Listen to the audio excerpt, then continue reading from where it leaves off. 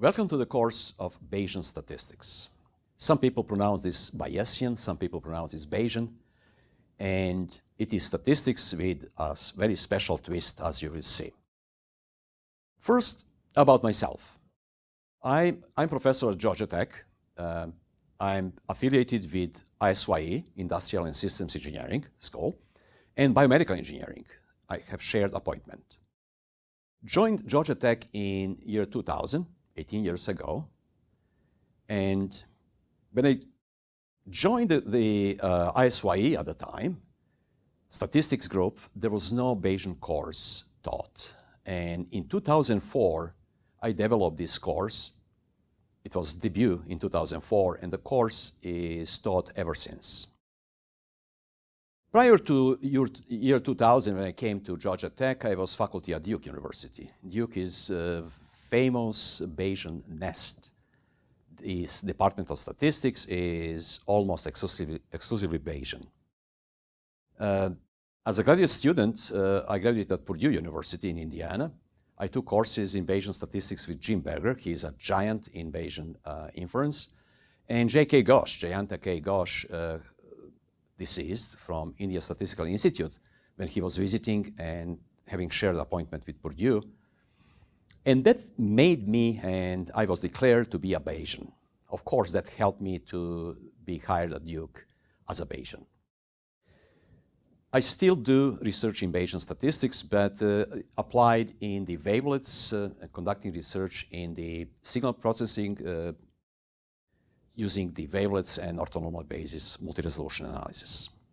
That's briefly about me. But how about the course? The course is called Introduction to Bayesian Statistics, Statistical Inference and Applications. We are not going to be overly theoretical. At the time when the course started in 2004, we were more focused on theory and less on application. Now we are more applied than theoretical, but necessary theoretical coverage would be provided. We will focus on Bayesian modeling. So it would be hands-on approach on the development of models, analysis of models, verification of models, and pretty much everything would be illustrated by the very specially developed software, Winbugs, software that does Bayesian analysis. Now, although the title of the course is Introduction, I'm assuming that you have been exposed to the statistics before. So in some form, you should have the introductory statistics course. You should know what the mean, variance, what the test is, what the estimator is, and that kind of thing. You should also have some basic programming proficiency or literacy. You don't need to know any specific language, but definitely exposure to programming is useful. The calculus is also useful because we would be doing, especially in theoretical part, some calculations that will assume some proficiency in algebra and calculus. However, you can not have complete prerequisites, but you will probably need to work parallelly on those, and it would be a little bit tougher for you, but it is feasible.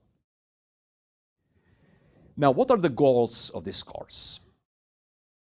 You are, after finishing this course, you should be Bayesian literate, meaning you should be able to appreciate and incorporation of prior information of the extra experimental information in the statistical modeling.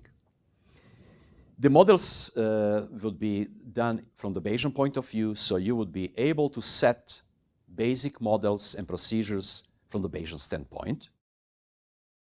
The approach is hands-on, so you would be able not only to tell how to do, but you would be able to do it.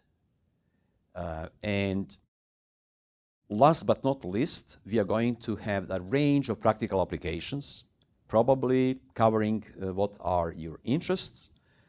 A little bit more emphasis is put on the biomedical and bio-related and health-related applications, but we are going to cover things from the economics, from the architecture, for example, from the aerospace engineering. So the geosciences, so the range is quite broad. In addition to these lectures, video lectures, and what you can find on the edX page and Canvas, we set the repository page for resources which are additional. The link to the page is here, and also it would be put in Canvas as well. And at that page, we are going to put all codes, programs, and data used in our demos. The homeworks that you are going to have would have hints there, and exercises that you can use to practice for the homeworks and for the exams would be given. And I am going to have at least half of these homeworks exercises completely solved for you to check how you're doing. What are the course expectations, finally? This is something that most students are interested. So what I need to do to get good grade. You will have 2 exams, one midterm and one final. They will count for about 70% of your grade. The remaining 30% is split between class project and homework. There will be 7 homeworks evenly spread over the course, duration of the course. And the class project would be one small individual project that you will do on your own. It is open-ended. You will pick the problem and solve that problem with the tools that you learn in class. About details, distribution of points, and timing of the midterm exam and homeworks, please check the syllabus for more information. In the next video, we are going to talk about the course plan.